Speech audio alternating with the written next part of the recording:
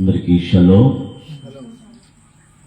హషేము యొక్క మహాకృపను బట్టి ఈ రాత్రికాల సమయంలో కొన్ని విషయాలు గత వారంలో మనము దోయాగు గురించి మనం మాట్లాడుకున్నాం. దోయాగు ఒక వర్తమానాన్ని సౌలుకు తెలియజేశారు. ఆ వర్తమానమును బట్టి యాజకులైనటువంటి వారు 85 మంది చంపబడ్డారు. ఆ తరువాత నోవు ప్రాంతములో ఉన్నటువంటి యాజకుల యొక్క కుటుంబములను, వారి ఉన్నటువంటి సంపద అంతటిని కూడా అతడు చంపడం అనేది జరిగింది. గత వారంలో మనము యొక్క ప్రశ్న వేశాం. ఏంటి ఆ ప్రశ్న అంటే, ఎందుకు యాజకులైనటువంటి వారిని చంపబడటానికి దేవుడు అనుమతి ఇచ్చారు? దేవుడు నీతిమంతుల సంతానపు పక్షమున ఉండేటువంటి వాడు కదా. యథార్థవంతుల యొక్క ప్రార్థన ఆయన వింటారు కదా. వాళ్ళ ప్రార్థన ఆయన త్రోసివేసేవాడు కాదు కదా. అలాంటిది నిత్యము దేవుని యొక్క సన్నిధిలో సేవ చేస్తున్నటువంటి యాజకులు ఎలా చంపబడటానికి దేవుడు అనుమతి ఇచ్చారు అని చెప్పేసి మనం ధ్యానం చేశాం, ప్రశ్న వేశాం.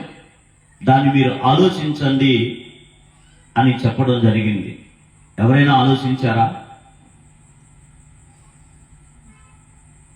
నిజంగా ఒక దుష్టుడు లేచి నీతిమంతుని మీదకి వెళ్ళి అతన్ని చంపగలుగుతాడా? దానికి పరలోకము అనుమతిస్తుందా? అలాగైతే నీతిమంతులైన వారికి ప్రొటెక్షన్ ఏమిటి?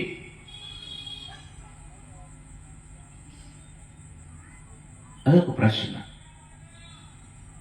లేదు, నీతిమంతుడు లేచి దుష్టుని చంపుతాడా? ఇదంతా ఎలా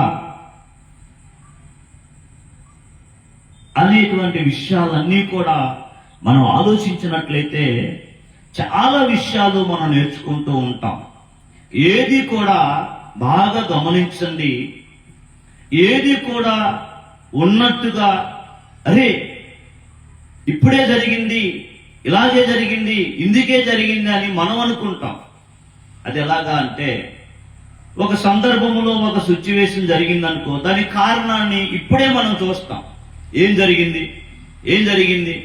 ఒక చిన్న యాక్సిడెంట్ అనుకోండి. ఉదాహరణకి యాక్సిడెంట్ అయిందంటే ఎవరు తప్పు, ఎవరు ఎలాగొచ్చారు, ఏంటి అని అటువైపున ఇటువైపున వాళ్ళు చేరి అందరూ డిస్కషన్ చేస్తా ఉంటారు. అంతేనా? డిస్కషన్ చేసి ఏం చేస్తారు? ఇతడు ఇలాగొచ్చాడు, అతను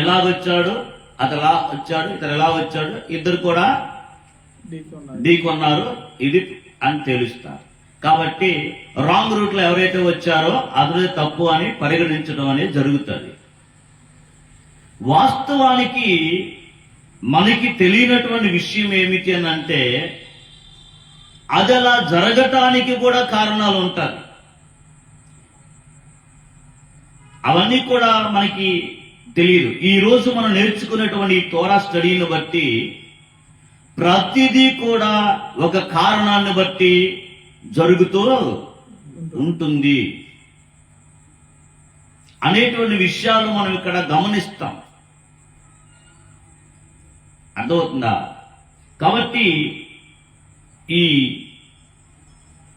ఎందుకు యాజకులైనటువంటి వారిని చంపడానికి దేవుడు అనుమతి ఇచ్చారు అనేటువంటి విషయాన్ని మనం ధ్యానం చేస్తూ మనం ముందుకు వెళ్దాం.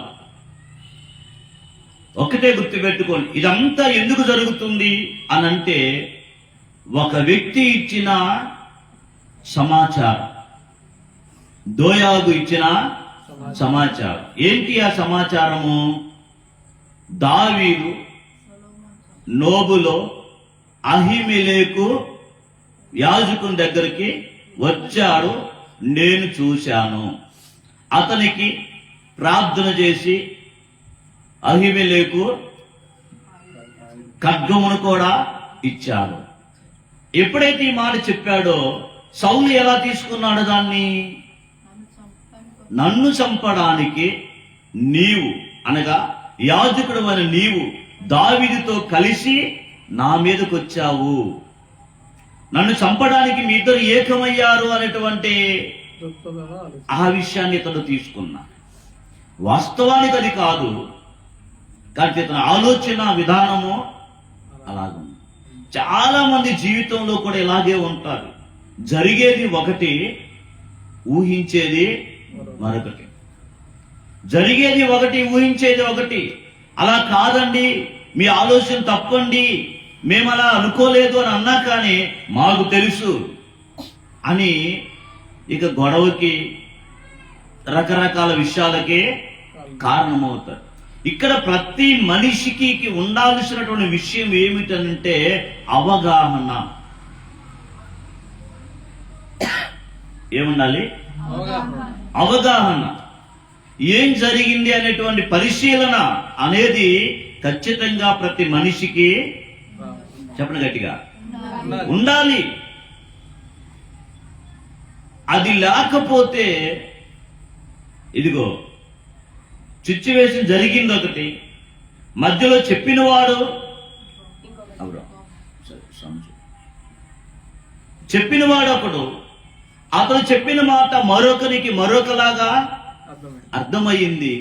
దాని ద్వారా ఇప్పుడు ప్రాబ్లం అనేది రేజ్ అవుతుంది. నాయకు చూడాలందరూ కూడా అర్థమవుతుందా?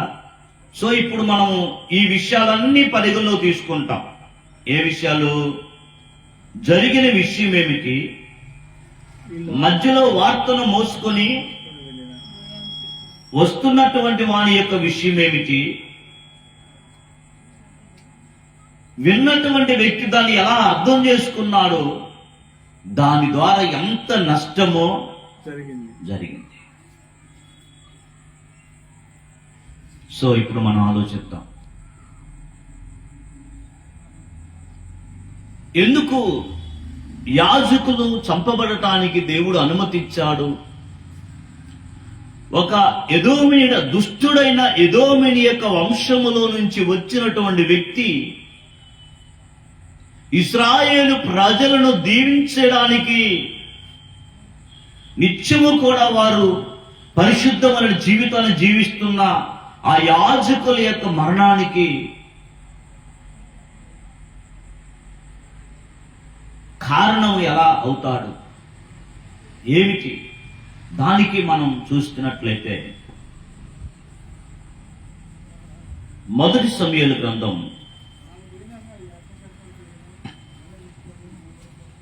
దానికి ముందు దావీదు గారు ఏమన్నాడు? మొదటి సమూయేలు 22 అధ్యాయం 21, 22 వచనాలు.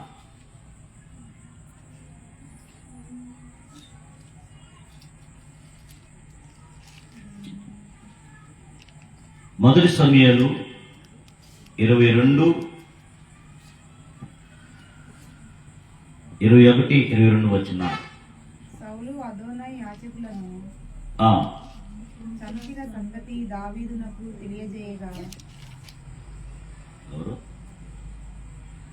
చంపిన సంగతి దావీదునకు తెలియజేయగా 20 వచనం.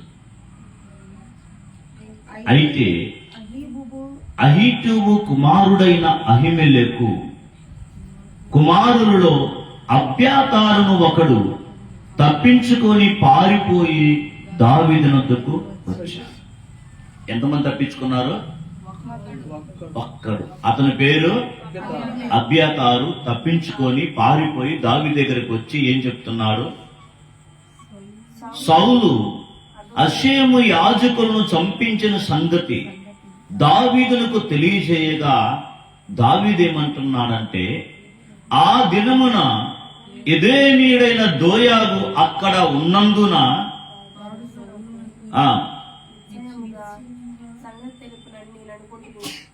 నీ తండ్రి వాడు సౌలునకు నిశ్చయముగా సంగతి తెలుసునని నేను అనుకుంటుని.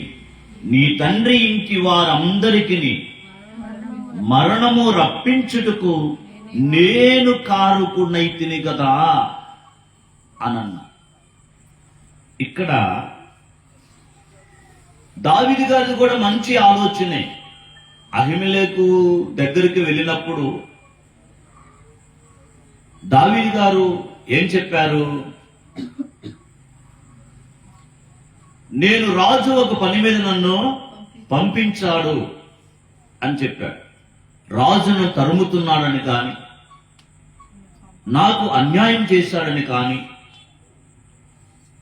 లేకపోతే నన్ను చంపడానికి అనేక రీతిలుగా ప్రయత్నిస్తున్నాడని కాని ఏం చెప్పలేదు.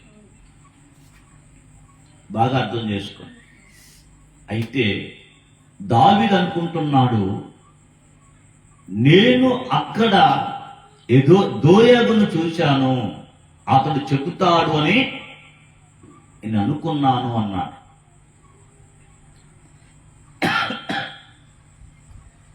ఏమైంది? సౌండ్ తగ్గిందని చెప్పండి. అయితే దావీదు గారు ఏ మాత్రం కూడా దాని గురించిన శ్రద్ధ వహించాల. దేని గురించి?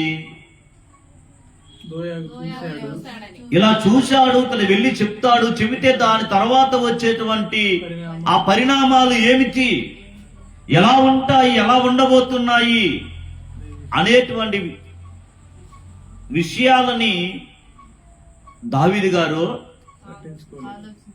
ఊహించలేకపోయాడు. పెంచు బాగా అర్థం చేసుకోండి. అయితే ఇప్పుడు పాయింట్కి వద్దాం. దీనికి కారణము నేనే అని దావీదు గారు అని అంటున్నాడు. నిజంగా దావీదు గారి కారణమయ్యాడా?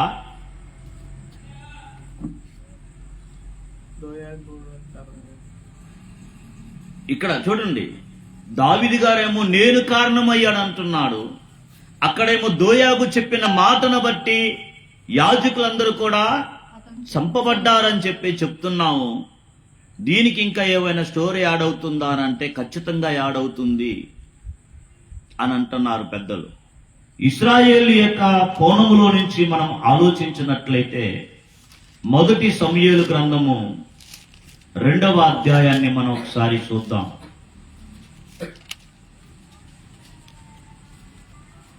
ఇక్కడ మనకి ఏలి అనేటువంటి ఒక ప్రధాన యాజకుడు మనకి కనిపిస్తారు. కన్నా వెళ్ళి ప్రార్థన చేసింది కదా ఆలయంలో. అప్పుడున్నటువంటి యాజకుడు, అతని పేరు ఏలి.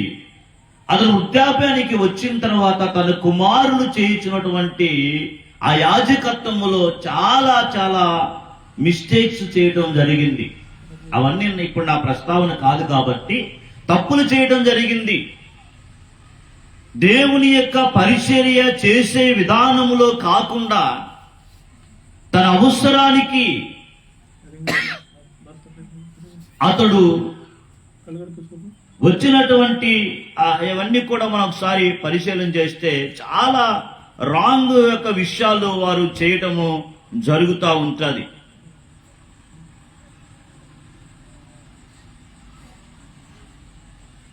చూడండి 22వ వచనం చూడండి, 2:22. ఏలి బహు వృద్ధుడాయను, ఇశ్రాయేలీయులకు తన కుమారులు చేసిన కార్యములన్నీ వారు ప్రత్యక్షపు గుడారము యొక్క ద్వారము దగ్గరకు చావ చేయుటకు వచ్చిన స్త్రీలతో చైనించుటయును మాట చెవిని పడగా వారిని పిలిచి వారితో మాట్లాడటం జరిగింది. అంటే దేవుని యొక్క సేవలో ఉన్నటువంటి వారు చేసినటువంటి ఆ పని గురించి అక్కడ మాట్లాడుతూ అంటే ఎంత స్థాయికి వాళ్ళ కుమారులు యాజకత్వములో తప్పులు చేయటం అనేది జరిగింది అనేటువంటి విషయాన్ని మీరు గమనించాలి. ఇలాంటి విషయాలన్నీ జరుగుతున్న తరువాత దేవుడు ఆ యొక్క ఏలీతో మాట్లాడుతున్నటువంటి విషయం ఏమంటున్నాడు అని అంటే 27వ వచనం. అంతటా దైవజనుడకు ఏలి యొద్దకు వచ్చి ఇట్లా అంటున్నాడు, హషేము నిన్ను గూర్చి సెలవిచ్చినదేమనగా, ఆ నీ పితరుని ఇంటి వారు ఐగుప్తు దేశమందు ఫరో ఇంటిలో ఉండగా నేను వారికి ప్రత్యక్షమైతిని అని చెప్పుకుంటూ వస్తూ ఉన్నాడు. తర్వాత మీరు ఆ విషయాలన్నీ కూడా చదువుకోండి. తర్వాత మనకి ఎలా ఉంటదంటే 30వ వచనంలో ఏమంటున్నాడు చూడండి. నీ ఇంటి వారును నీ పితరుని ఇంటి వారును నా సన్నిధిని యాజకత్వము జరిగించుదురని హషేము ఆజ్ఞ ఇచ్చి ఉన్నను. ఇప్పుడు అది నా మనస్సునకు కేవలము ప్రతికూలమాయనని ఇశ్రాయేలు దేవుడైన హషేము చలవిచ్చుచున్నాడు. కావున హషేము వాక్కు ఏదనగా, నన్ను గణపరచు వారిని నేను గణపరచుదును, నన్ను తృణీకరించిన వారిని నేను కూడా తృణీకరిస్తాను. ఆలకించుము, రాగల దినములలో నీ బలమును నీ పితరుని ఇంటి బలమును నేను తక్కువ చేతును. నీ ఇంట ముసలివాడు ఒక్కడునూ లేకపోవును. హషేము ఇశ్రాయేలుకు చేయదలిసిన మేలుల విషయములో నీవు చూతువు. ఎప్పటికి నేను ఇంట ముసలివాడు ఉండడు. ఉండకుండా నేనందరినీ నశింపజేయక విడిచువాడును కాను గనుక అది నీ కన్నులు క్షీణించుటకును నువ్వు దుఃఖము చేత సైమగుటను సాధనమగును. నీ సంతానపు వారందరూ వయకాలమందు మరణమోదురు. వయకాలం అంటే మంచి వయస్సులో ఉన్నప్పుడు, ముసలితనం వరకు ఎవరు రారు అని దేవుడు ఏలీ గారికి చెప్పడం జరిగింది. చూడండి, దేవుని యొక్క పనిని చేయాల్సిన విధానములో చేయక పోవడాన్ని బట్టి దేవుని యొక్క కోపము ఏలీ యొక్క కుటుంబం మీదకే వస్తుంది. తరువాత వారి సంతానం అందరినీ కూడా నేను మరణముందేలాగా చేస్తానని దేవుడే చెప్పడమో జరిగింది. దేవుడు అలా చెప్పగానే ఏ మాత్రం కూడా కనికరం లేకుండా చేసేవాడు కూడా కాదు. అర్థమవుతుందా? దానికి అంతటికి కూడా కొన్ని కారణాలు ఉంటాయి.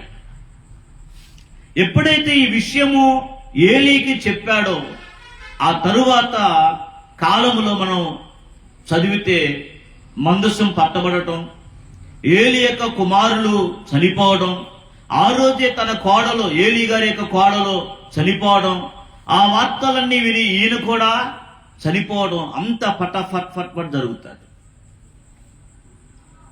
అయితే ఆ ఏలీ సంతానములో నుంచి వస్తున్నటువంటి వారే ఈ యొక్క అహిమెలెకు, అబ్యాతారు, ఈ చంపబడినటువంటి యాజక సమూహం అందరూ కూడా.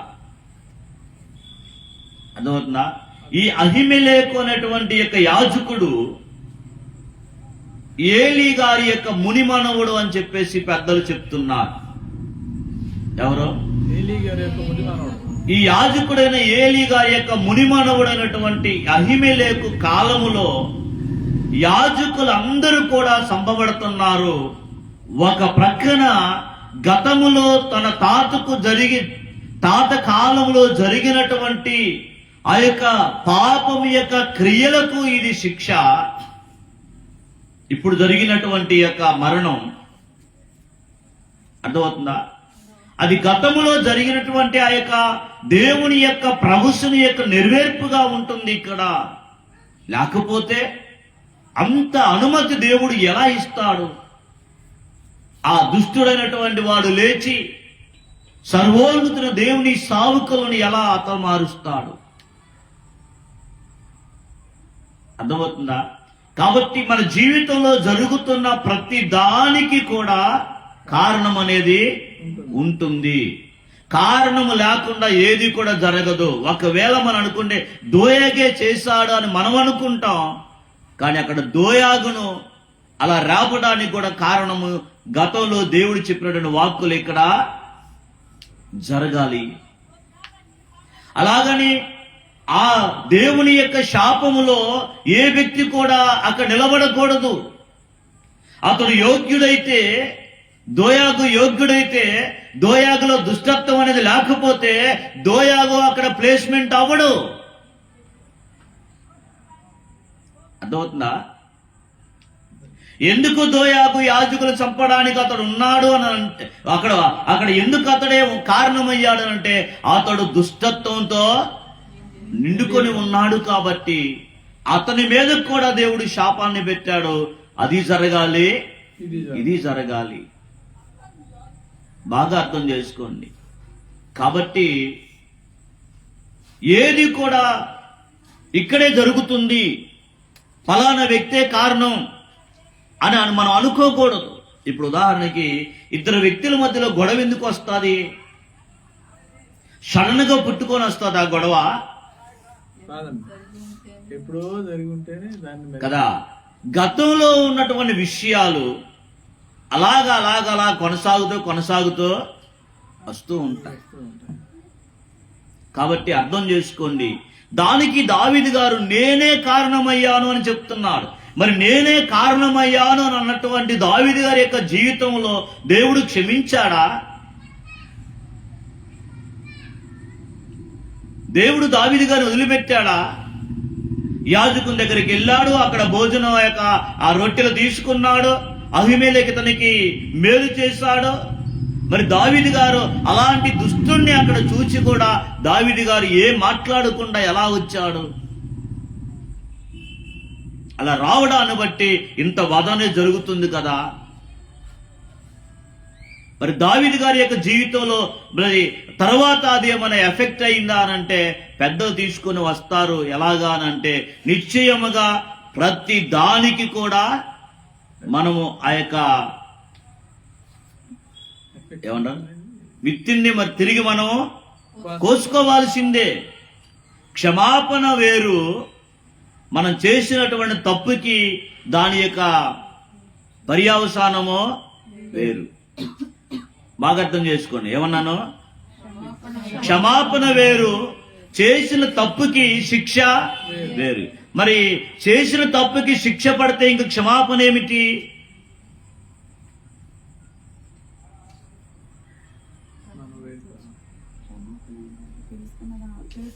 ఇప్పుడు తప్పు జరిగింది, ఒక వ్యక్తి తప్పు చేశాడు, దానికి శిక్ష పడింది, ఇంకా క్షమాపణ ఏమిటి?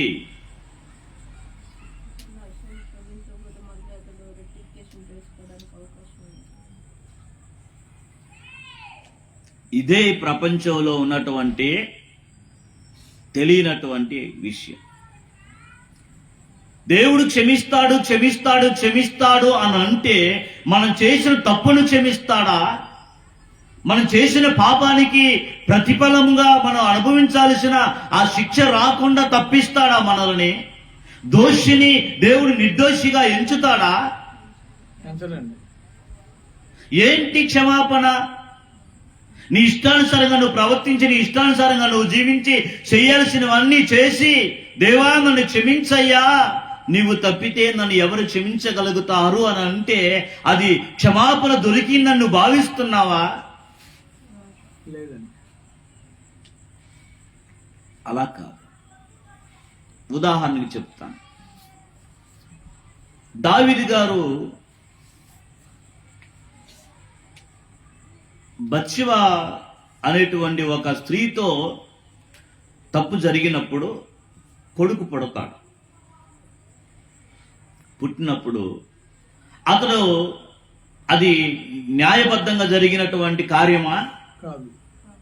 కాదు. కాబట్టి దేవుడు అతను మొత్తుతాడు తన కుమారుణ్ణి. అప్పుడు దావీదు గారు ఉపవాసం ఉండి ప్రార్థన చేస్తా ఉంటాడు. అయినా కుమారుడు చనిపోతాడు. చేసిన తప్పుకి ఏమవుతుంది? శిక్ష పడింది. క్షమాపణ ఏమిటి అని అంటే దాని కొనసాగింపుగా నెక్స్ట్ రాబోతున్నాడు ఒక జ్ఞానవంతుడైన సొలొమోను. అర్థమవుతుందా? తరువాత కాలం అంటే క్షమాపణ అంటే ఏంటి అని అంటే ఈ శిక్షలో నీవు పతనము కాకుండా ఏది జరిగిందో దానికి పర్యావసానంగా శిక్ష పడుతుంది. ఆ తరువాత నువ్వు భూమి మీద జీవించడానికి యోగ్యతను దేవుడు కలుగు చేస్తాడు. దాని ద్వారా నువ్వు ముందుకి వెళ్తావు. అర్థమవుతుందా? క్షమాపణ అంటే నువ్వు దోషిగా నిలబడి నిన్ను దేవుడు తన ప్రేమ చేత నిన్ను నిర్దోషిగా ఎంచడు. ఎప్పుడు కూడా దేవుని యొక్క గుణలక్షణం అది కాదు. దోషిని దోషిగానే పరిగణిస్తాడు. దానికి రావలసిన శిక్ష దానికి వస్తాది. ఆ తర్వాత దేవుని యొక్క క్షమాపణ ఏమిటంటే తిరిగి నీవు ఈ యొక్క భౌతిక ప్రపంచంలో సస్టైన్ అవ్వడానికి దేవుడు తన కృపని చూపిస్తాడు. అయితే దావీదు గారి తరువాత కాలములో రాజవంశస్థులైనటువంటి 8వ వాడు యోవాషు, అతని యొక్క కాలములో ఏం జరిగిందనంటే అతల్య అనేటువంటి ఒక స్త్రీ రాజకుమారులందరినీ కూడా చంపిస్తారు. దావీదు లైన్ నుంచి వచ్చినటువంటి వారిని రాజకుమారులందరినీ చంపిస్తే యోవాషు ఒక్కడిని అతడు దాచబడతాడు. చిన్న పిల్లవాడు దాచబడి అతడు పోషించబడి దేవుని యొక్క ఆలయములో అతడు పెరుగుతూ ఉంటాడు. అతల్య యొక్క దృష్టిలో పడకుండా అతన్ని కాపాడతాడు. అంటే అహిమెలెకు వాళ్ళ యొక్క పిల్లల్లో ఎవరు తప్పించుకున్నారు? 5 కుమారులు ఎంతమంది తప్పించుకున్నారు? ఒక్కడు తప్పించుకున్నారు. అతను అబ్యాతారు. అలాగనే దావీదు యొక్క వంశం మీద కూడా ఒక అపాయం వచ్చినప్పుడు రాజకుమారులు అందరూ చంపబడ్డారు. ఒక వ్యక్తి కాపాడబడ్డాడు. Measure to measure. పెద్దలు తీసుకొని వస్తారు. నేనే కారణమయ్యాను, దేవా నన్ను క్షమించయ్యా, నేనే కనుక అక్కడికి వెళ్ళకపోతే యాజకులందరూ బతికేవారయ్యా, నన్ను క్షమించయ్యా అని నేను దేవుని క్షమాపణ అడిగితే అయిపోతుందని కాదు. అందుకనే మన జీవితంలో మనం వేసే ప్రతి అడుగు కూడా చాలా జాగ్రత్తగా వేయాలి. మనం మాట్లాడేటువంటి ప్రతి మాట చాలా జాగ్రత్తగా మాట్లాడాలి. అర్థమవుతుందా? కాబట్టి ఈరోజు నీ బలం ఉంది కదా, నీ శక్తి ఉంది కదా, లేకపోతే నీవు ఒక పదవిలో ఉన్నావు కదా అని నీ ఇష్టానుసారంగా నువ్వు మాట్లాడటం, నీ ఇష్టానుసారంగా నువ్వు చేస్తూ ఉంటే నన్ను అడ్డేవాడెవడు, నన్ను అడ్డుకునేవాడెవడో, నాకు ఎదురు తిరిగేవాడెవడు అన్నటువంటి ఆలోచనలతో నువ్వు కొనసాగితే నెక్స్ట్ బ్రేకప్ కూడా అలాగే ఉంటుంది. ఈ ప్రపంచం ఎలాంటిదనంటే అదే న్యూటన్స్ లా ఏం చెప్పాడు? బంతి తీసుకుని గోడ కొడితే తిరిగి ఎంత ఫోర్స్తో మనం కొడతామో అదే ఫోర్స్తో తిరిగి మన దగ్గరకు వస్తుంది. అది సేమ్ టు సేమ్. నువ్వు చేసే ప్రతి పనికి రిఫ్లెక్షన్ తిరిగి మరలా మనకి ఇవ్వబడదు. అందుకనే మేలు చేయి, కీడు చేయమాక. అందుకనే ప్రేమించు, ఎవరిని ద్వేషించబాక, అసూయ చెందక. నీవు నష్టపోయినా పర్వాలేదు, ఇతరులు బాగుపడాలని కోరుకో. నువ్వు పేదరికములో ఉన్నా పర్వాలేదు, ఇతరుల యొక్క ఎదుగుదలని నీవు అడ్డుకోవద్దు. నీకు మేలు కలగకపోయినా పర్వాలేదు, ఇతరులకి మేలు కలిగే అవకాశం ఉంటే ఖచ్చితంగా నీవు అతనికి సపోర్ట్గా నిలబడు. నీవు దానికి యోగ్యత పొందలేదు, యోగ్యత పొందేవాడికి నువ్వు సపోర్ట్గా ఉండు అని చెప్పేసి చెప్తా. బాగా అర్థం చేసుకోండి. కాబట్టి యాజకులు చంపబడటానికి కారణం ఒకటి ఉంది. అర్థమైందా? దావీదు గారు అయ్యో నేను ఇలాగ అనుకున్నాను అని అన్నదానికి కూడా తర్వాత దావీదు గారి యొక్క వంశంలో కూడా జరగటం జరిగింది. కాబట్టి చాలా మంది కొన్ని కష్టాలు, కొన్ని ప్రాబ్లమ్స్ ఇవన్నీ వచ్చినప్పుడు అంటారు ఇదంతా నా కర్మ నా కర్మ నా కర్మ అంటారు. కర్మ అంటే చాలా మంది ఆ పదాన్ని ఎలా వాడతారంటే నా తలరాత, నా తలరాత ఎలా రాసిందో అలాగే జరుగుతుంది. నిజమేనా? కాదు, ఎవరు రాశారు నీ తలరాత? ఎవరు రాయలేదు, నువ్వే రాసుకున్నావు. రాసుకున్నాం. నీ భవిష్యత్తుని నువ్వే రాసుకుంటున్నావు, నీకు తెలియట్లా. ఉదాహరణకి చెప్తాను. ఒక స్టూడెంట్ ఉన్నాడు అనుకోండి, చదివేటువంటి టైంలో తన మనస్సుని, తన యొక్క తెలివితేటలని, తన యొక్క జ్ఞానాన్ని ఎక్కడ పెట్టాలి? చదువు మీద చదువు మీద పెట్టాలి. అతడు చదువుతూ ఉండ తన జ్ఞానాన్ని, తన తెలివితేటలు అన్నీ కూడా చదువు మీద పెడితే తన భవిష్యత్తుగా ఒక మంచి పునాదిని వేసుకుంటున్నాడు. తన తలరాతని వాడు ఏం చేస్తున్నాడు? రాసుకుంటున్నాడు. లేదు, జులాయిగా తిరుగుతాను, నా ఇష్టానుసారంగా తిరుగుతాను అని ఆ కోణంలో నుంచి ఒక వ్యక్తి వెళ్తే అతో కూడా తన భవిష్యత్తుని రాసుకుంటున్నాడు. తర్వాత కాలంలో విచ్చలవిడిగా తిరిగి చదువుకోవాల్సిన టైంలో చదువుకోకుండా ఇచ్చిన డబ్బులన్నీ కూడా నష్టపెట్టుకొని చివరికి సరైనటువంటి పొజిషన్ లేకుండా, సర్టిఫికెట్ల చేతులు లేకుండా మనతో పాటు 100 రోజుల పనికి వెళ్ళాడు అనుకోండి. ఏట్రా ఇదంతా నా కర్మ. కర్మ కాదు అది, ఈ రాతను మీరు రాసుకున్నాం. అది కర్మ కాదు. నీవు జీవించిన జీవిత విధానము నీ భవిష్యత్తుకి అది పునాదవుతుంది, నీకు తెలియట్లేదు. అందుకని ఈరోజు మనం మాట్లాడే మాటలైనా కానీ బాగా గుర్తుపెట్టు. బలం ఉంది కదా అనుకొని ఏమి కూడా ఇక్కడ మనం చేయటానికి ఏమీ లేదు. తర్వాత రానే వస్తాది మనం చేసిన అంతటికి పెట్టుబడి. చాలా మందికి డబ్బులు ఇస్తే పెట్టుబడి వస్తుంది, ఏంటది వడ్డీ వస్తుంది అనుకుంటున్నారు. మన జీవించే ప్రతి జీవితానికి, మనం మాట్లాడే ప్రతి మాటకి అది తిరిగి వడ్డీతో సహా మనకి వస్తా ఉంటది. దాన్నే నీకు తెలియక చేసిన అన్ని మర్చిపోయి ఈ రోజు నీకు శ్రమ కలిగిందని నా కర్మ అంటావు. యవన కాలంలో చేయాల్సింది చేశావు, తర్వాత కాలంలో భవిష్యత్తులో అదంతా కూడా నువ్వు ఎలా భావిస్తావంటే ఇది నా కర్మ, దేవుడు నా తలరాత ఎలా రాశాడు. నీ తలరాత ఎలా రాశాడో నీకు మొత్తం నీ హిస్టరీ అంతా నీకు తెలుసు. తెలియని వాడికి మాత్రమే నువ్వు చెబుతావు అదంతా కూడా. కాబట్టి ఇది ఇలాగా ఉంటుంది. కాబట్టి యోవాషు ఏమైపోయాడో ఒక్కడే కాపాడబడ్డాడు. రాజకుమారులు అందరూ కూడా ఏమయ్యారు? ఏం బాబు? వాళ్ళందరూ అట్లా చంపబడ్డారు.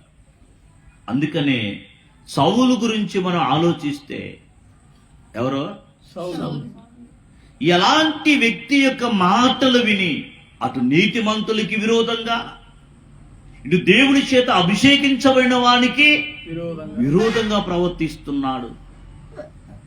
ఎవరి మాటను బట్టి? ఎవరి మాట? ఒక దుష్టుడు. అతను మంచి చెప్పాడా, చెడు చెప్పాడా,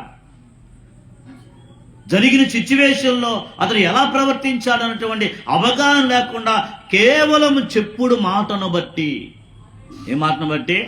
చెప్పుడు మాటను బట్టి తాను తీసుకున్న నిర్ణయానికి అటువైపున యాజక వంశం నాశనం అవుతున్నారు, ఇటువైపున రాజవంశము నాశనం అవుతున్నారు. జాగ్రత్త.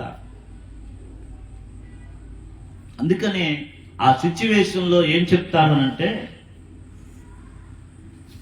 జరిగింది నువ్వు చూసినా కాని, అది వాస్తవమే కాని, ఇప్పుడు నీవు నోరు తెరిచి మాట్లాడితే తర్వాత అది ప్రమాదానికి గురవుతాది, కొన్ని కుటుంబాలు నాశనం అవుతాయి అనంటే నువ్వు నోరు మూసుకొని ఉండడం మంచిది. అర్థమవుతుందా? ఇక్కడ దోయాకి తోరా స్టడీ యొక్క జ్ఞానం ఉంది, కానీ దోయాకు లేనిది ఏంటంటే ఏ టైంలో ఎలా ప్రవర్తించాలి. అనేటువంటి జ్ఞానం లేదు. ఆ జ్ఞానము లేకపోవడాన్ని బట్టి అతడు ఎంతమంది మరణానికి ఇటు పక్కన సౌలు దానికి కారణమయ్యాడు, అటు పక్కన దోయా కూడా దానికి కారణమయ్యాడు. కేవలము చెప్పిన మాట విని తీసుకున్న నిర్ణయాన్ని బట్టి జాగ్రత్త. ఎంత చెప్పుడు మాటలు ఎంత ప్రమాదము అని అంటే తీసుకొని వస్తాం. అందుకని ఏ వ్యక్తినైతే సౌలు నమ్మి తన పక్కన పెట్టుకున్నాడో, ఏ వ్యక్తి మీదైతే అతడు సలహా తీసుకున్నాడో, ఆ చివరికి ఆ వ్యక్తి యొక్క కుమారుడే అతని యొక్క మరణానికి కూడా కారణమయ్యాడు. ఎవరి మరణానికి? సౌలు యొక్క మరణానికి. తర్వాత మీరు చివరి అధ్యాయానికి వెళ్ళినప్పుడు సౌలు ఎలా మరణించాడంటే ఒక అమాలేకు చేత మరణించాడు. ఎవరు? ఒక అమాలేకు చేత మరణించాడు. ఆ అమాలేకు ఎవరు అని అంటే ఈ దోయాగు యొక్క కుమారుడు. అమాలేకు అనేది వంశం, ఆ లైన్ లో నుంచి వచ్చినటువంటి వాడు అమాలేకు. అతని చేత ఇతడు సౌలు చంపబడ్డాడు. ఏ వ్యక్తిని నమ్మి, ఏ వ్యక్తి మాటల మీద ఆధారపడి ఇంత నష్టానికి కారణమయ్యాడో తిరిగి అతను కూడా వారి యొక్క వంశము చేతనే నాశనం చేయబడ్డాడు, చంపబడ్డాడు అని అంటే ఆలోచించండి. నీవు ఎవరి మాటలు నమ్ముతున్నావు? నీతిమంతుని యొక్క మాటలేమో నీకు వేరుగా ఉన్నాయా, అపార్థంగా ఉన్నాయా? దుష్టుని యొక్క మాటలేమో నీకు తీపిగా ఉన్నాయా? నీ మేలు కోరుకునేటువంటి వాడి యొక్క మాటలేమో నీకు విరోధంగా ఉన్నాయి. నీవెప్పుడు పతనమవుతాయో అని కోరుకున్నట్టు వాడి యొక్క మాటలేమో నీకు నికోవాక్ అంటారు. దాన్ని ఏంది అంటే అర్థం ఏంటి? ఇంపైన మాటలుగా ఉన్నాయా? ఒకసారి ఆలోచించండి.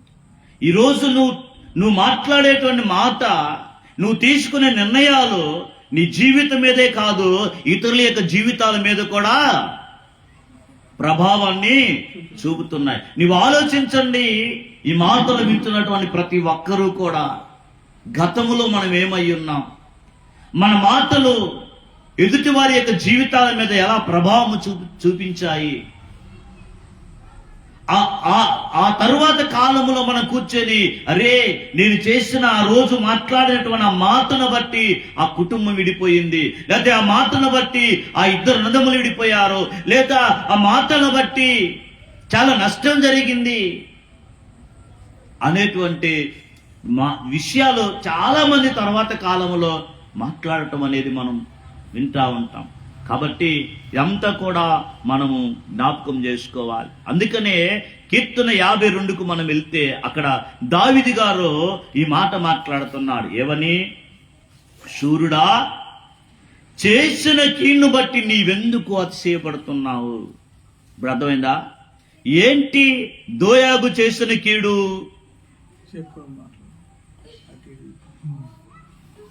ఏంటి అని అంటే అతను చెప్పినటువంటి మాట. ఆ మాట యాజక వంశస్థులందరినీ కూడా నాశనం చేయడానికి కారణమైంది. అందుకనే సూర్యుడా, చేసిన కీడును బట్టి నీవెందుకు అతిశయపడుతున్నావు? నువ్వు ఇప్పుడు అతిశయపడటానికి నువ్వేదో ఘనకార్యము చేయలేదు, మంచి కార్యము చేయలేదు. నువ్వు చేసినటువంటి పని అది కీడు. నువ్వు చెప్పిన మాట అది కొంతమంది పవిత్రమైన వ్యక్తులకి అది నాశనాన్ని కలుగజేసింది. అలా చేసి నీవు అతిశయపడుతున్నావా అని చెప్తూ దేవుని కృప నిత్యము ఉంటుంది. నువ్వు అనుకుంటావేమో ఒకవేళ నేను దుష్టుణ్ణి, నేను చేయాల్సిన కీడంతా చేశానని. దేవుని కృప ఏం చేస్తుందంటే ఆ కుటుంబంలో ఎవరో ఒకరిని తిరిగి బతికించింది, తప్పించుకొని పారిపోయేలాగా చేసింది, దుష్టుని చేతిలో పడకుండా. అది దేవుని యొక్క కృప, దేవుని యొక్క కాపుదల, దేవుని యొక్క భద్రత.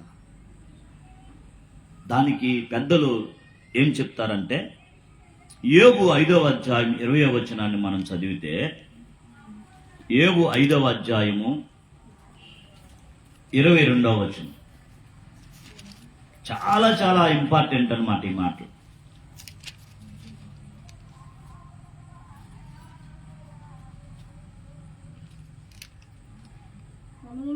రానతో 20 క్షామకాలమందు క్షామకాలమున మరణము నుండి యుద్ధమున ఖడ్గ బలము నుండి ఆయన నిన్ను తప్పించును.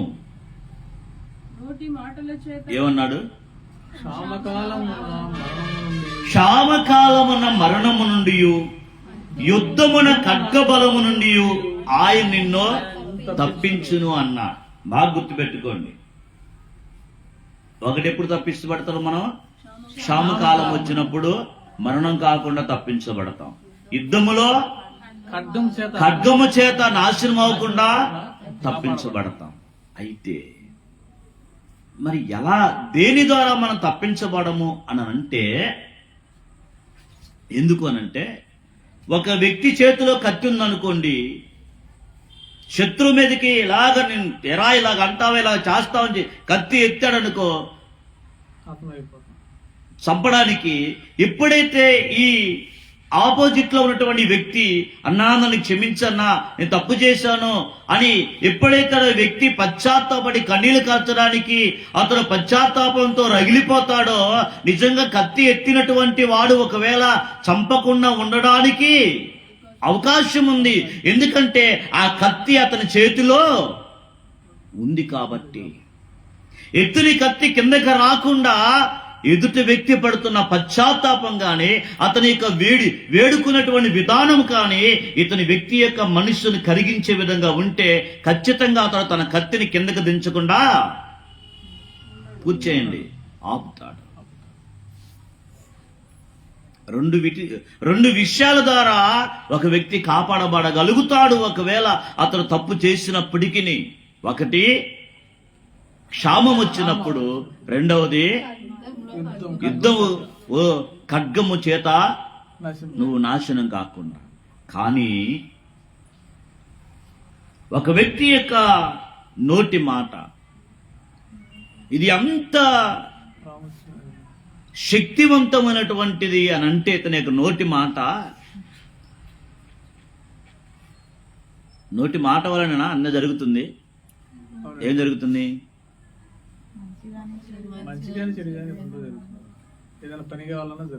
కదా. ఏది జరగాలన్నా కేవలం కమ్యూనికేషన్. దేని ద్వారా? నోటి ద్వారానే.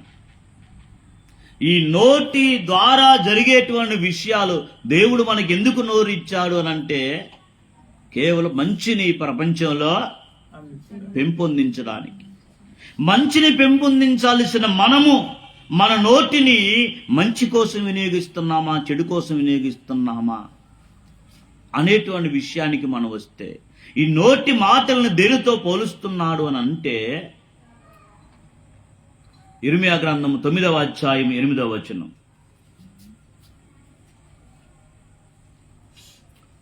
ఇర్మియా 9:8.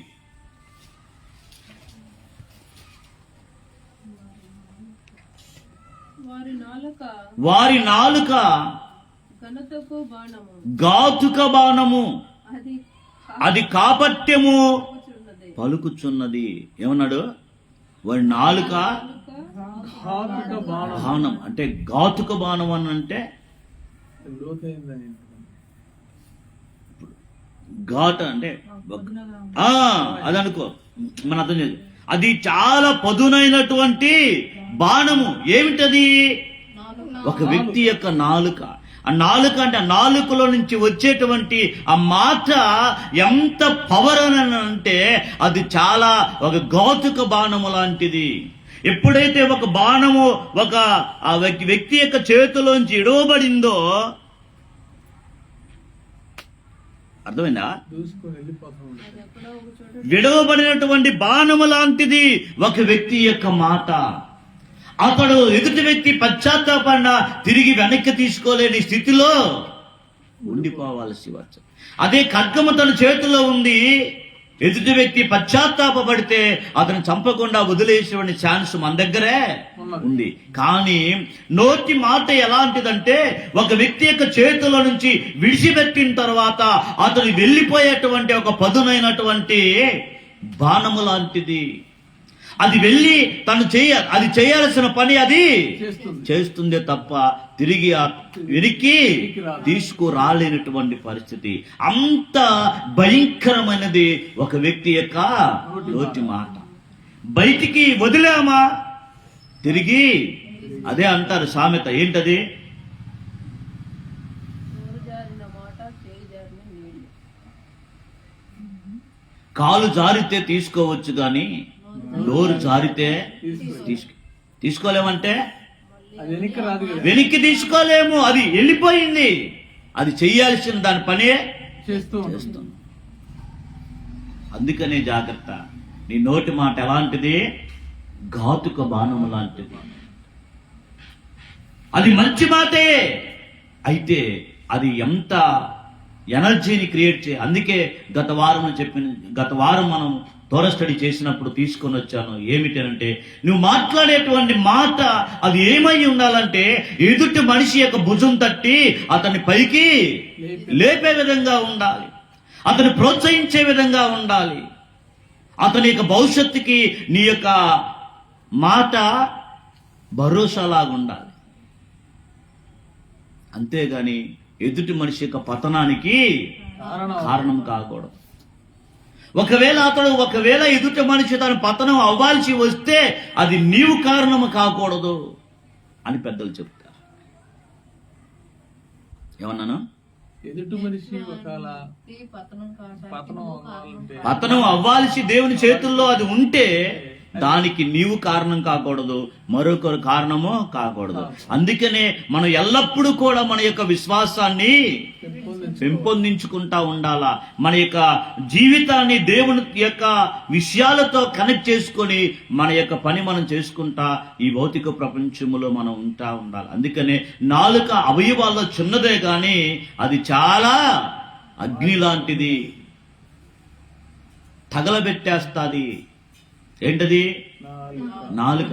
నువ్వు మౌనంగా ఉండు, ఏం గొడవ లేదు. నోరు తెరు, అన్ని గొడవలు. గొప్ప యుద్ధమే జరుగుతుంది. మనం ఎందుకు ఈ భౌతిక ప్రపంచంలో మనం ఉంచబడ్డాము అని పెద్దలు తీసుకొని వస్తున్నారు అని అంటే నువ్వు సమాధానాన్ని పెంపొందించడానికి భౌతిక ప్రపంచంలో ఉన్నావు కానీ యుద్ధ వాతావరణాన్ని సృష్టించడానికి నీవు ఇక్కడ లేవు. కాబట్టి నీ బాధ్యత ఏమిటో నువ్వు గుర్తెరుగు. నీ నాలుకను నువ్వు ఎలా వినియోగించుకోవాలో నువ్వు తెలుసుకో. కాబట్టి అలాంటి వ్యక్తి చనిపోతే అసలు ఆ వ్యక్తికి అసలు పశ్చాత్తాపం కూడా దొరకదంట. ఏ వ్యక్తికి? ఈ దోయాగు లాగా తన నోటిని తోరా స్టడీకి, మంచి విషయాలకి, లేకపోతే విలువైనటువంటి పనులకి, విలువైనటువంటి మాటలకి వినియోగించాల్సినటువంటి తన నోరుని నాశనానికి వాడాడు. చూశారా? నిర్దోషులు అందరూ కూడా చంపబట్టానికి కారణమయ్యాడు. చూశారా? ఆ వ్యక్తికి అసలు పశ్చాత్తాపమే ఉండదు. ఈరోజు మనం మాట్లాడుతున్నటువంటి మాటలు ఎలా ఉన్నాయో ఆలోచించేయండి. అన్నదమ్ముల యొక్క విషయాలు విడిపోవడం, అన్నిటికీ దేనికైనా నోటే మాటే. కాబట్టి నీ నోరుకి ఎంత శక్తి ఉంది. అందుకనే దేవుడు ఈ విశ్వం అంతటిని ఎలా చేశాడో నోటి వాక్కు చేత చేశాడు. అంటే దేవుడు నోటి వాక్కు చేత విశ్వం అంతా చేశాడు అనంటే, ఆయన పలుకగా విశ్వం అంతా వచ్చింది అనంటే ఆ నోటి యొక్క శక్తి. అందుకనే మనకేం చెప్పాడు? జీవ మరణములో నాలుక వశములో ఉన్నాయి. ఏమున్నాయి? జీవము, మరణం. ఎక్కడుంది? నాలుక వశములో ఉన్నాయి. అంటే నీ నాలుక నీ మరణానికి, నీ జీవానికి కారణమవుతుంది తప్ప పలానా ప్రేమ్ కుమార్ వాడి వల్ల ఇదంతా జరిగింది అది కాదు. ఎవరి వల్ల? నా నాలుక వలన.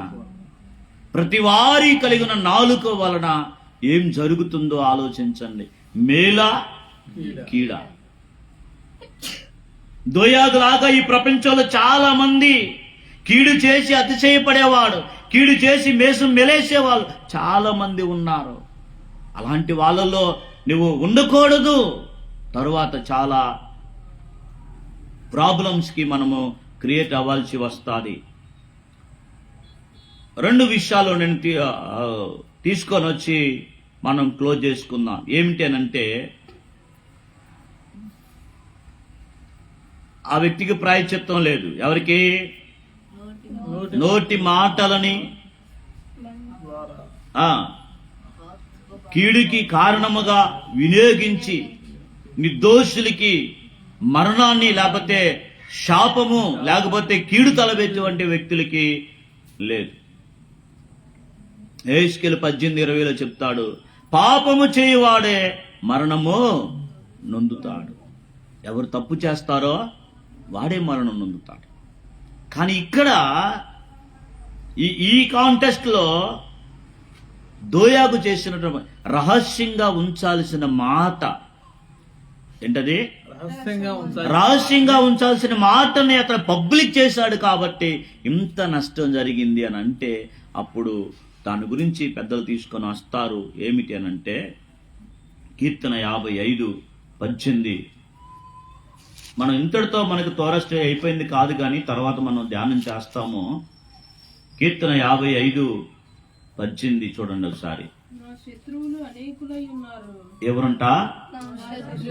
నా శత్రువులు అనేకులై ఉన్నారు, అయినను వారు నా మీదకి రాకున్నట్లు సమాధానము కలుగజేసి ఆయన ప్రాణమును విమోచించి ఉన్నాడు. వీరికి ఎంతమంది ఉన్నారు శత్రువులు? అనేకులై ఉన్నారు. ఆయనను వారు నా మీదకి రాకుండాన్నట్లు సమాధానము కలుగజేసి నా ప్రాణమును విమోచించి ఉన్నాడు. తరువాత 31 చూడండి. 31 కాదు, ఒక్క నిమిషం.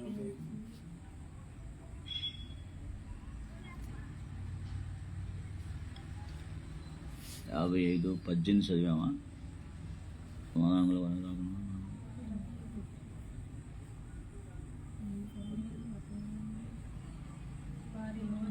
ఆ 21 చదువు. 21. వారి నోటి మాటలు వెన్నవలే, ఆహా, అయితే వారి హృదయములలో కలహం ఉన్నది. వారి మాటలు సమురు కంటే నిలుపైనవి, అయితే అవి వరదీసిన కత్తులే. చూసారా మాటలు ఎలా వర్ణించాడో? ఎలాంటి మాటలు ఎలా ఉందట? వారి నోటి మాటలు వెన్నలా ఉన్నాయి అంట. అంటే పట్టుకుంటే జారిపోయే విధంగా. అంటే ఇతడు చెప్పింది నిజమే, ఇతడు మంచి చెప్తున్నాడు, ఇతడు చెప్పిన మాటలు ఖచ్చితంగా మనం నమ్మాల్సిందే అన్నట్టుగా ఉన్నాయట. కానీ తర్వాత చెప్తున్నాడు, అవి వరదీసిన కత్తులే. అలాంటి మాటలు అవి వరది అంటే వరలో నుంచి తీసిన కత్తిలాగున్నాయి, మనల్ని చంపడానికి ఉపయోగించేటువంటి కత్తిలాగున్నాయి ఆ మాటలు. కానీ బయట ప్రపంచానికి అది నూనె కంటే నునుపుగా, వెన్నలాగా ఉన్నాయి. అలాంటి విషయాలన్నీ కూడా ఉన్నప్పుడు ఎలా మనం ప్రవర్తించాలి ఈ భౌతిక ప్రపంచంలో? మనం అలాగుండాలా? తెలుగులో ఒక సామెత ఉంది, చల్లకొచ్చి ముంత దాశాడంట. కానీ అతను వచ్చింది దేనికి? అతనికి మజ్జిగ కావాలి, కానీ ముంత దాచుకొని మాట కలుపుతున్నాడు. అలాగే చాలా మంది జీవితంలో ఇలాగే ఉంటారు. ఎలాగా? లోపల ఒకటి శత్రుత్వము, బయట మెరుగైనటువంటి మాటలు, మధురమైనటువంటి మాటలు. అబ్బా, అసలు బాలరాజు నమ్మకపోతే, అసలు అలా ఎవరైనా చెప్పారనుకో, అరే బాలరాజు అలాంటోడు రా, నీకు తెలియదురా అంటే, బాలరాజు అలాంటోడు కాదు అన్న నమ్మకాన్ని ఇస్తాడు. ఆ తరువాత ఎప్పుడు అటాక్ చేస్తాడు? ఎప్పుడైతే ఒక వ్యక్తికి నమ్మకాన్ని ఇస్తాడో ఆ తర్వాత కదా అటాక్ చేస్తాడు. ఒక సందర్భంలో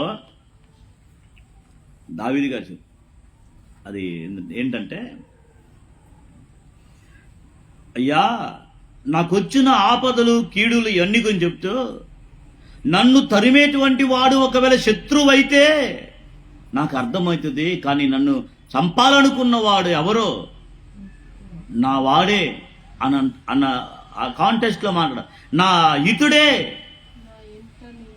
నా ఇంట నిలిచినటువంటి వాడే అని మాట్లాడుతుంది. అంటే శత్రువు గురించి అయితే మనం అంచనా వేయొచ్చు, శత్రువు యొక్క నడకల గురించి మనం అంచనా వేయొచ్చు, వాడు ఆలోచించే ఆలోచనలకి మనం పైవెత్తులేయొచ్చు, కానీ మనకు నమ్మకాన్ని ఇచ్చినటువంటి వ్యక్తిని గురించి మనము ఎలాంటి ఎస్టిమేషన్ అయ్యలేము. ఎందుకు? అతను అట్లా మనకు అంత అభయం ఇచ్చాడు. ఇక ఎలా మనం అతన్ని శత్రువుగా పరిగణిస్తా? జాగ్రత్త.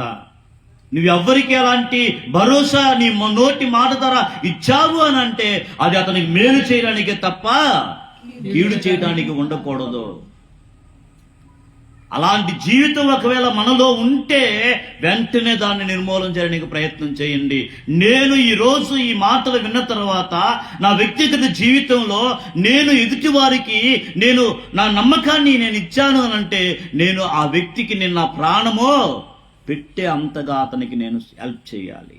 అది మనం అయ్యాం. అంతేగాని నన్ను నమ్మాడ్రా, నా చేతిలో చిక్కాడ్రా, వాడి యొక్క జుట్టు నా చేతిలో ఉంది, వాడి గిలగిలా తన్నుకులాడడం తప్ప మరొకట్లేదు. ఎందుకో తెలుసా? నువ్వు నమ్మించావు కాబట్టి అతడు నీ వశంలోకి వచ్చాడు. అదే నువ్వు నమ్మకాన్ని ఇవ్వకపోతే నీ వశంలోకి రాడు. నువ్వు అలాంటి నమ్మకాన్ని నువ్వు ఇచ్చి అతని మీద నువ్వు అటాక్ చేస్తావా? నో. అలాంటి విషయాలకు ఎప్పుడు కూడా ఒక వ్యక్తి దూరం అయి ఉండాలి. నీవు కారణం కాకూడదు ఎదుటి మనిషి యొక్క ఆపద కానీ మరణానికి కానీ. అర్థమైందా? ప్రతి దానికి ఏమక్షయ, ప్రతి దానికి కారణం ఉంది. ప్రతి దానికి కారణం ఉంది. నువ్వు ఎలా ప్రవర్తిస్తున్నావు, నీ నోటి మాట ఎలాగున్నాయి, అనవసరంగా ఒక వ్యక్తి గురించి చెడ్డ సమాచారం తీసుకుని వెళ్ళి ఇంటింటా తిరిగి మాట్లాడుతున్నావా? జాగ్రత్త. లాస్ట్గా ఈ దుర్మార్గపు మాటలు పలికేటువంటి వారి వలన ఏమైనా ప్రయోజనం ఏమైనా ఉందా అని అంటే పెద్దలు తీసుకొని వస్తారు. దైవికమైన యొక్క ఉనికిని అంటే దైవత్వాన్ని ఈ ప్రపంచంలో నుంచి పారద్రోలుతున్నారంట. వాళ్ళు ఏం చేస్తున్నారు? దైవత్వాన్ని ఈ లోకం నుంచి పారదోలు. అంటే దేవుని యొక్క వెలుగు లేకపోతే దేవుని యొక్క సన్నిధి వాళ్ళు ఈ ప్రపంచం తోలివేస్తున్నారు. వాళ్ళు దయా దాక్షణ్యము లేకుండా, మంచి ఆలోచన లేకుండా, కరుణ కటాక్షములు ఈ పదాలకు అర్థాలు తెలియకుండా చేస్తున్నారు. ఇవన్నీ ఎప్పుడు ఉంటాయంటే దైవికమైన సన్నిధి మనుషుల మధ్యలో ఉంటే ఇవి ఉంటాయి. అర్థమవుతుందా? ఈ దైవికమైనటువంటి సన్నిధి మనుషుల మధ్యలో ఉంటే ప్రేమ, జాలి, దయ, కరుణ ఇవన్నీ ఉంటాయి. ఇవన్నీ అక్కడ లేవు అని అంటే దుష్టత్వం అక్కడ పెచ్చురిల్లుతుంది, దుష్టత్వం అక్కడ సామ్రాజ్యం చేస్తుంది. కాబట్టే దేవుని యొక్క సన్నిధి అక్కడ లేదు, విడిచిపెట్టి వెళ్ళిపోయింది. బాగా గమనించండి. ఈ దుర్మార్గం మాటలు మాట్లాడేటువంటి వ్యక్తి 3 వ్యక్తులని చంపుతున్నాడు అని అంటున్నాడు. ఎవరో? ముగ్గురు వ్యక్తులు. ఈ దుర్మార్గము మాటలు, కీడు తలపెట్టే మాటలు, ఒట్టి మాటలు, అనవసరముగా ఎదుటి వారి మీదే పనిగట్టుకొని చెప్పేటువంటి ఈ మాటలు, ఏ మాత్రము కూడా చెప్పేటువంటి వ్యక్తికి ప్రయోజనం లేనటువంటి మాటలు, ఇవన్నీ చెప్పడాన్ని బట్టి అతడు 3 మరణానికి కారణమవుతున్నాడు. తెలుసా? మరణానికే కారణమవుతున్నాడు. కారణం ఏమిటి తెలుసా? నోటి మాట విడిచిపెట్టిన బాణం, ఘాతుక బాణము లాంటిది. అది వెళ్ళిపోయిందంటే ఏ పర్పస్ కోసం నువ్వు మాట్లాడావో, ఏ నాశనం కోరి నువ్వు మాట్లాడుతున్నావో, ఏ చెడు తలపెట్టి నువ్వు మాట్లాడుతున్నావో అది తిరిగి దాని పని కోసం వెళ్ళింది బయటికి. అగ్గిపుల్ల గీసి వేసావనుకో ఏమవుతుంది? అగ్ని మంట వచ్చేది. తగలబెట్టబడాలని కోరుకున్నావు కాబట్టి అగ్గిపుల్ల గీసేసావు, అది తగలబడుతుంది. అలాగే నీ నోటి మాట ఏ కారణం చేత బయటికి వదిలావో నీవు ఆలోచించుకో. మేలు చేయటానికా, కీడు చేయటానికా? ఎదుటి వారికి క్షేమాన్ని కోరి మాట్లాడావా, ఎదుటి వారికి నాశనాన్ని కోరి మాట్లాడావా?